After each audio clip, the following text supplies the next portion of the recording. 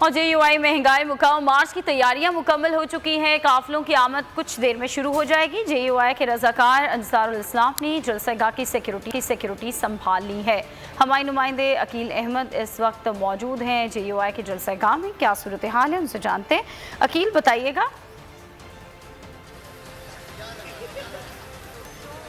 जी देखिए, इस वक्त हम इस्लामाबाद के H9 सेक्टर के जो मोहल्ले के एक पार्क है वहाँ पर मौजूद हैं और यहाँ पर जो है वो PDM की जानिब से जो महंगाई मुकाम मार्च है उसकी जो है तैयारियाँ जो हैं वो अब मुकम्मल कर ली गई हैं। यहाँ पर JUI के कारकुनान बड़ी तादाद में मौजूद हैं।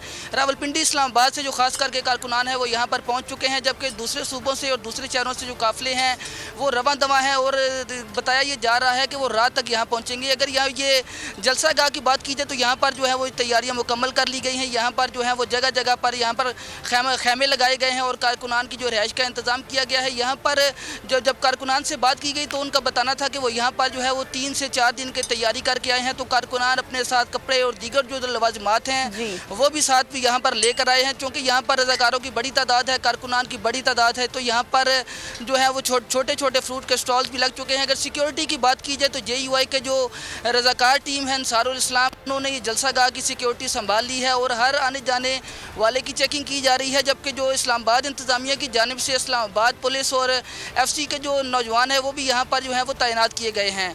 जो है वो JUI की जानिब से जो एक मुआहदा किया गया था उसके तहत ये जो जलसागाह से मोहल्ले के श्रीनगर हाईवे है उसको अभी तक जो है वो ट्रैफिक के लिए खुला रखा गया है। लेकिन मौलाना अब्दुल गफूर जहदरी की जानिब से ये कहा गया है कि अगर हमारे कारकुनान ज़्यादा होंगे तो हमें मजबूरन ये सड़क बंद करनी पड़ेगी।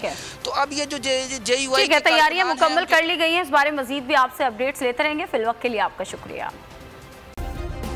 सब्सक्राइब करें और बेल दबाएं ताकि कोई खबर रह न जाए।